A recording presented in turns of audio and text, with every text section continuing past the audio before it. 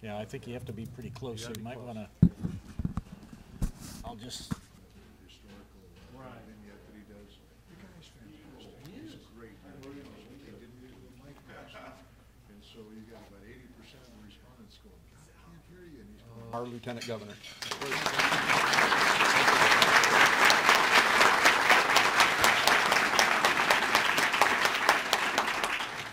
Thank you. It's great to be in Juneau, and what a wonderful sunny day too. That's a blessing. You know, last night at the great reception that this community provided for legislators and staff and everybody returning to Juneau, I asked Chuck. He said, "I'm going to see you tomorrow at the lunch, right?" And I said yes, and then I said, "But I need something to say." And he said, "Like what?" And I said, "Well, can you provide some jokes for me? Provide some humor, because we need lighter news these days." And he provided me about 5 pages to read. If you own more fishing poles than golf clubs, you must live in Alaska.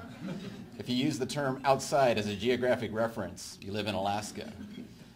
Finally, if you think Tina Fey should enjoy a nice winter in Kobuk, you're a true Alaskan.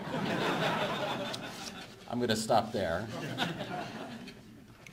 Really pleased to have 2 of the governor's commissioners here, Annette Kreitzer from administration and Emil Nadi from commerce. We're just glad to be here, and my chief of staff, Jay, and Mayor, it's good to be with you as well.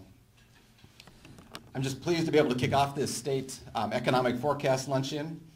We have some talented minds here today that I've had a chance to meet, and my staff actually attended the luncheon yesterday in Anchorage, and I've read through their presentations, and I think you're going to see them as valuable as I have as well.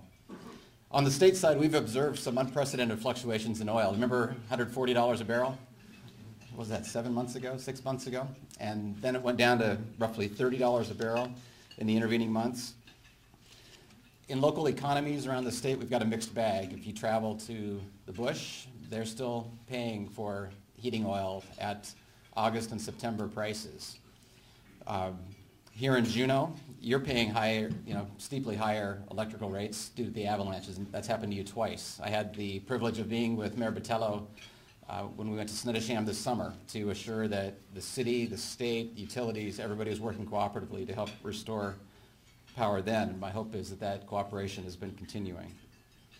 In our urban centers of South Central and Fairbanks, the lower oil prices have resulted in a slowdown in the contracting community.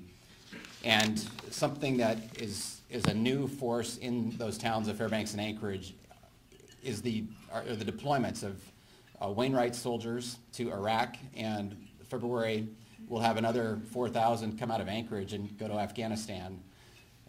Those are dollars that will come out of the local economy, including their families, because many of their families return to their lower 48 homes and await their spouses or loved ones' return. So here in the legislative session, we've begun this week amidst some turmoil in the economy. And fiscal policy and energy policy are going to dominate discussion in the legislature, as they are important to moving us from the economic slowdown to economic growth.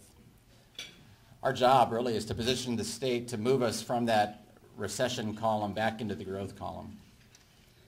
And on the fiscal side, the reason I like starting out today is because I like starting with good news.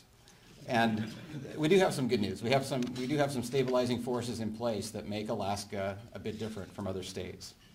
The large capital budgets from the last several years, that will put construction money and jobs on the streets across the next 3 years, 3 to 5 years actually.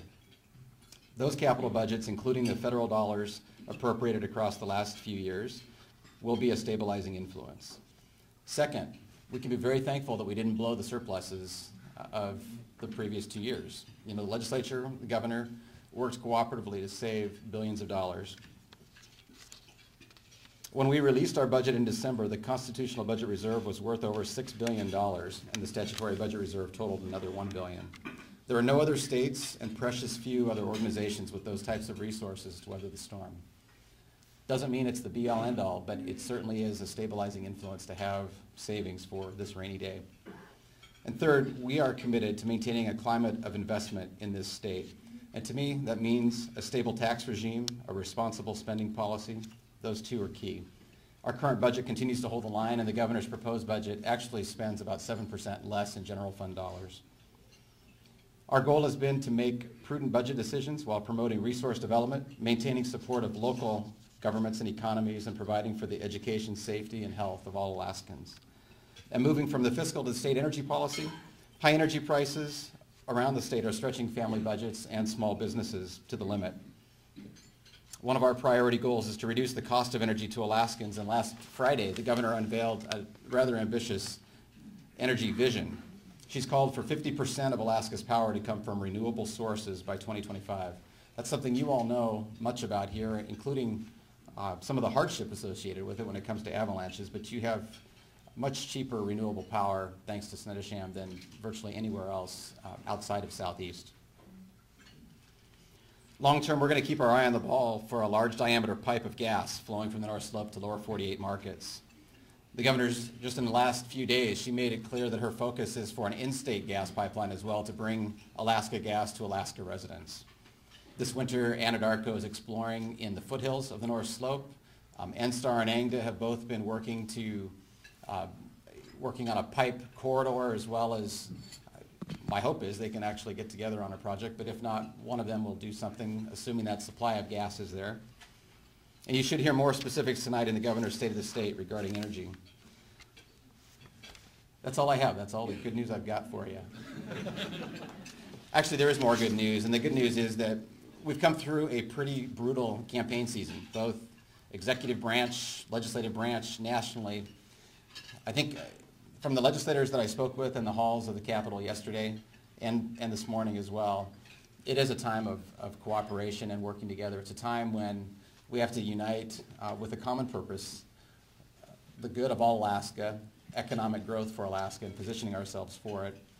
I'm willing to do that. I know the governor has said that. I know that her door is open as well to legislators in that regard. So I'm excited about the future here and know that we can meet these challenges together. I'm going to leave it to our speakers to give you the economic forecast and ask that you please excuse me as I have another commitment to keep. I'm going to leave Jay Pullins here as well, but thank you so much for taking the time to be here. Thanks.